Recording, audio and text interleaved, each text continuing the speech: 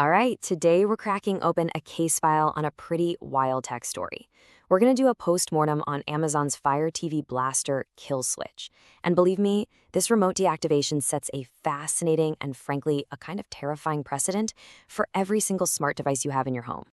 You know, this quote from analyst Maya Brooks just hits the nail on the head. We're not talking about Amazon just ending support for a device. No, they are actively reaching out and shutting it down from their end. It's literally a remote execution order for hardware you own. And that, right there, raises some huge questions. Okay, so here's the thing you've got to understand. The difference between these two words is everything. Discontinued, that's normal. A company stops making updates, maybe the device gets a little buggy over time, but it still functions. Deactivated, though, that is a whole other ballgame. This is a command from a server miles away that intentionally turns a perfectly good piece of hardware you paid for into a useless plastic paperweight. So, let's get into the investigation. First up, let's meet the victim in our case, the now end-of-life Fire TV Blaster. So, what even was this thing? Well, for just about $35, the Fire TV Blaster was actually a really simple, really elegant solution to a common problem. It was a little IR emitter. Its one job, its entire reason for being, was to act as a bridge, translating modern Alexa voice commands into old-school infrared signals that your older TV or sound system could understand. And this diagram, it lays it all out perfectly.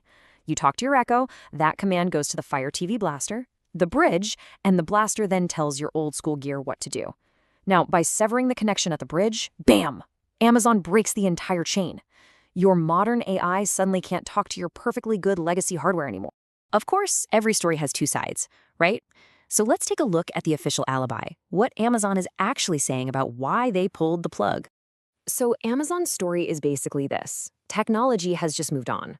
They're arguing the blaster is now redundant because of a feature called HDMI CEC.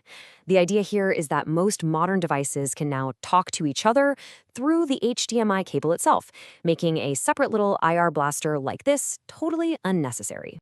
Yeah, but here's the massive gaping hole in that alibi. That explanation completely ignores the exact people this device was made for in the first place. We're talking about millions of people with perfectly functional, high-quality home theater systems that, you guessed it, don't have HDMI CEC. For them, this isn't some neat little evolution, it's a complete shutdown. So if the official story doesn't really add up, what's the real motive here? Well, it looks like this is all about clearing the deck for what Amazon has planned next.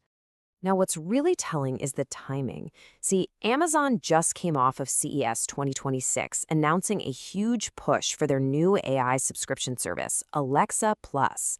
To make a big new service like that profitable, you got to streamline things. And the Fire TV Blaster, with all its cloud maintenance costs for older hardware, was basically tagged as dead weight.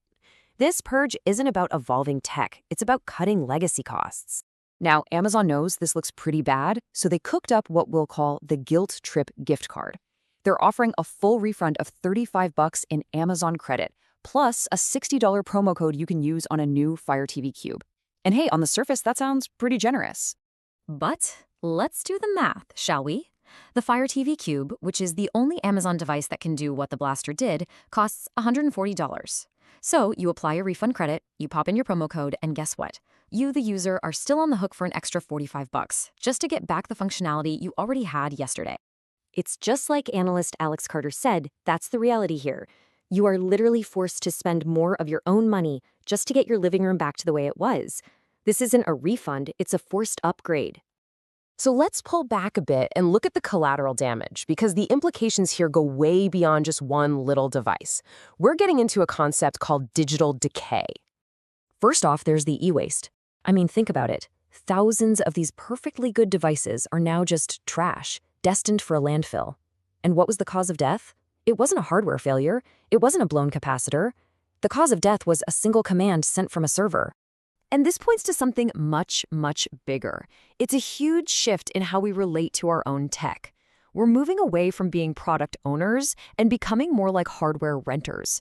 This whole servicification of hardware idea means that the stuff we buy only works as long as a corporation decides it's in their best interest for it to work.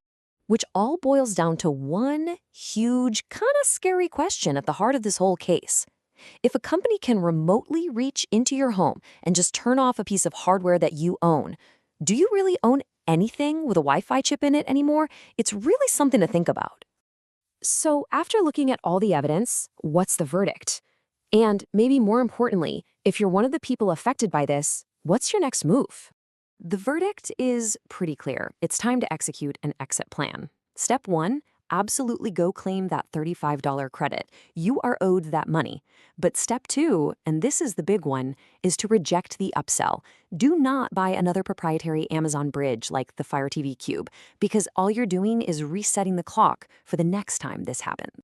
The real remedy here is to look at third-party alternatives. Devices like the SwitchBot Hub 2 or a Broadlink Hub can do the exact same thing. They still work with Alexa, but crucially, they exist in their own independent ecosystem. They give you back control without tying you to Amazon's corporate roadmap. And that brings us to the final critical takeaway from this entire mess, a new golden rule for the smart home era. In a world full of always-on, cloud-connected gadgets, the single most valuable feature you can have isn't some flashy AI. It's having an offline backup. Relying completely on cloud-tethered hardware makes you vulnerable. The smartest move you can make is to diversify.